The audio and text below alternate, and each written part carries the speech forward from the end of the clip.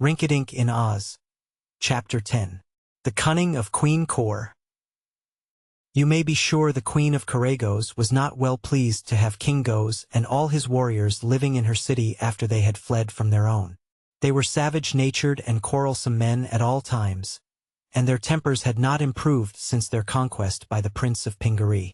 Moreover, they were eating up Queen Kor's provisions and crowding the houses of her own people, who grumbled and complained until their queen was heartily tired.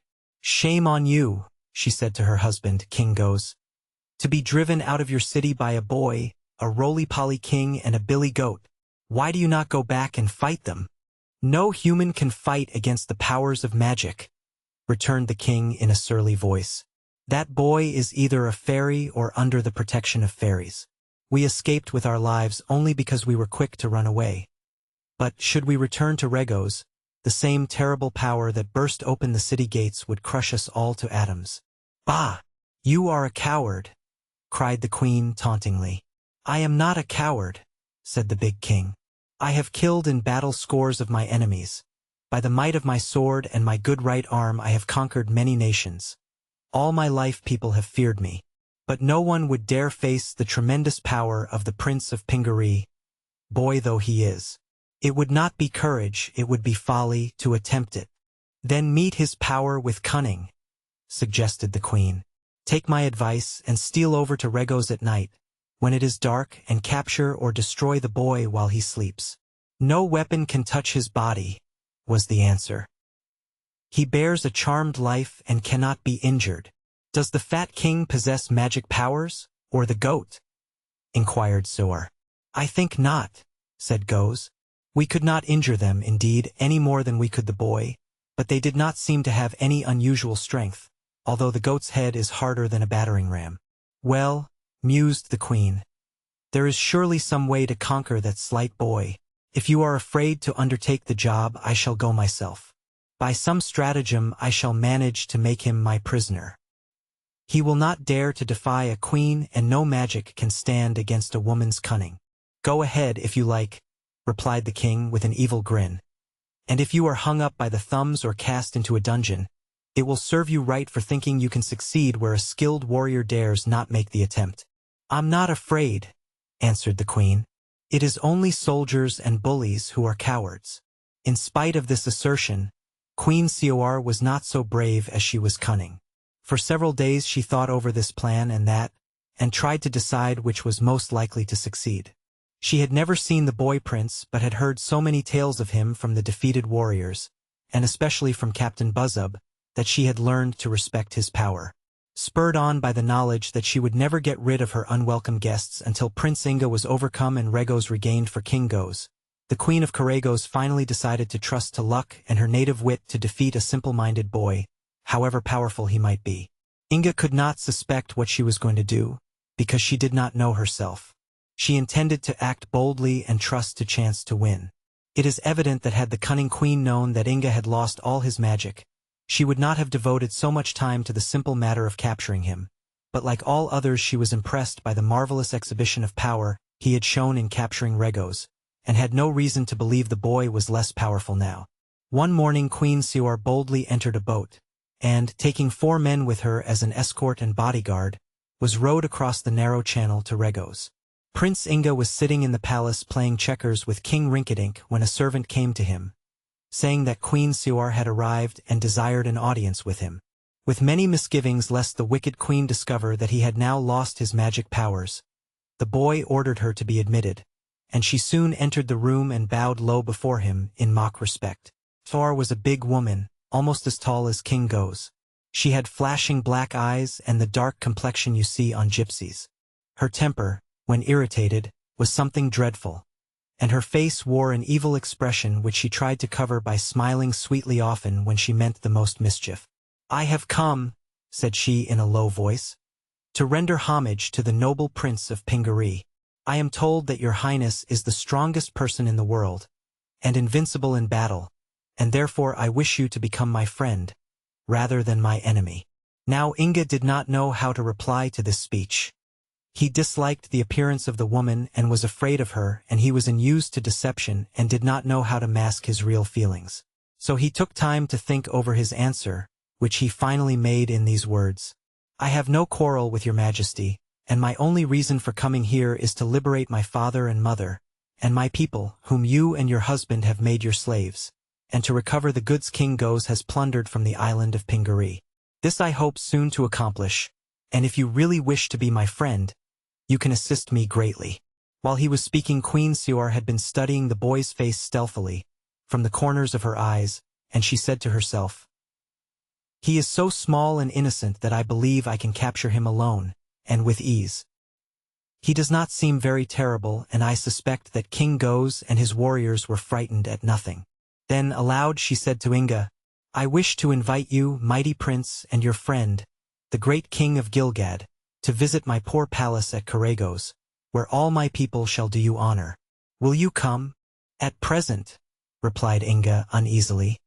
I must refuse your kind invitation. There will be feasting and dancing girls and games and fireworks, said the queen, speaking as if eager to entice him and at each word coming a step nearer to where he stood. I could not enjoy them while my poor parents are slaves, said the boy sadly. Are you sure of that? Asked Queen Sior, and by that time she was close beside Inga. Suddenly she leaned forward and threw both of her long arms around Inga's body, holding him in a grasp that was like a vice. Now Rinkitink sprang forward to rescue his friend, but Sior kicked out viciously with her foot and struck the king squarely on his stomach, a very tender place to be kicked, especially if one is fat. Then, still hugging Inga tightly, the queen called aloud, I've got him! Bring in the ropes! Instantly the 4 men she had brought with her sprang into the room and bound the boy hand and foot. Next they seized Rinkitink, who was still rubbing his stomach, and bound him likewise. With a laugh of wicked triumph, Queen Sior now led her captives down to the boat and returned with them to Karagos. Great was the astonishment of King Goes and his warriors when they saw that the mighty prince of Pingaree, who had put them all to flight, had been captured by a woman. Cowards as they were, they now crowded around the boy and jeered at him, and some of them would have struck him had not the queen cried out, Hands off! He is my prisoner, remember, not yours. Well, Sior, what are you going to do with him? Inquired King Goes. I shall make him my slave, that he may amuse my idle hours. For he is a pretty boy, and gentle, although he did frighten all of you big warriors so terribly. The king scowled at this speech, not liking to be ridiculed, but he said nothing more. He and his men returned that same day to Regos, after restoring the bridge of boats, and they held a wild carnival of rejoicing, both in the king's palace and in the city, although the poor people of Regos who were not warriors were all sorry that the kind young prince had been captured by his enemies and could rule them no longer. When her unwelcome guests had all gone back to Regos and the queen was alone in her palace, she ordered Inga and Rinkitink brought before her and their bonds removed. They came sadly enough, knowing they were in serious straits and at the mercy of a cruel mistress. Inga had taken counsel of the White Pearl, which had advised him to bear up bravely under his misfortune, promising a change for the better very soon. With this promise to comfort him, Inga faced the queen with a dignified bearing that indicated both pride and courage. Well, youngster, said she, in a cheerful tone because she was pleased with her success. You played a clever trick on my poor husband and frightened him badly, but for that prank I am inclined to forgive you. Hereafter I intend you to be my page, which means that you must fetch and carry for me at my will. And let me advise you to obey my every whim without question or delay. For when I am angry I become ugly, and when I am ugly someone is sure to feel the lash. Do you understand me? Inga bowed but made no answer. Then she turned to Rinkitink and said, As for you, I cannot decide how to make you useful to me, as you are altogether too fat and awkward to work in the fields. It may be, however, that I can use you as a pincushion. What? Cried Rinkitink in horror. Would you stick pins into the king of Gilgad? Why not? Returned Queen Kor. You are as fat as a pincushion, as you must yourself admit, and whenever I needed a pin I could call you to me. Then she laughed at his frightened look and asked, By the way, are you ticklish? This was the question Rinkitink had been dreading. He gave a moan of despair and shook his head. I should love to tickle the bottom of your feet with a feather, continued the cruel woman. Please take off your shoes. Oh, your majesty, pleaded poor Rinkitink. I beg you to allow me to amuse you in some other way. I can dance, or I can sing you a song. Well, she answered, shaking with laughter. You may sing a song if it be a merry one, but you do not seem in a merry mood. I feel merry indeed, your majesty.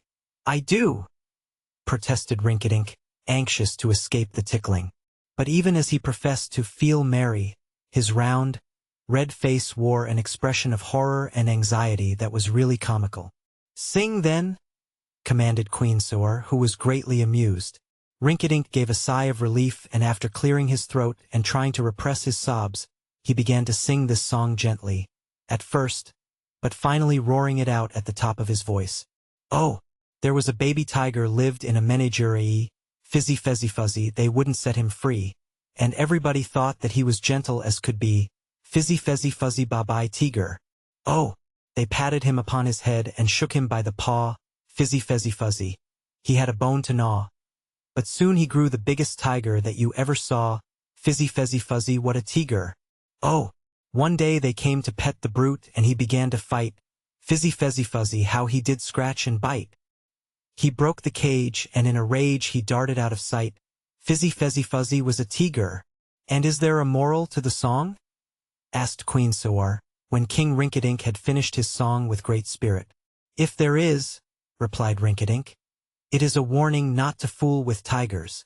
The little prince could not help smiling at this shrewd answer. But Queen Soar frowned and gave the king a sharp look. Oh, said she, I think I know the difference between a tiger and a lapdog, but I'll bear the warning in mind, just the same. For, after all her success in capturing them, she was a little afraid of these people who had once displayed such extraordinary powers.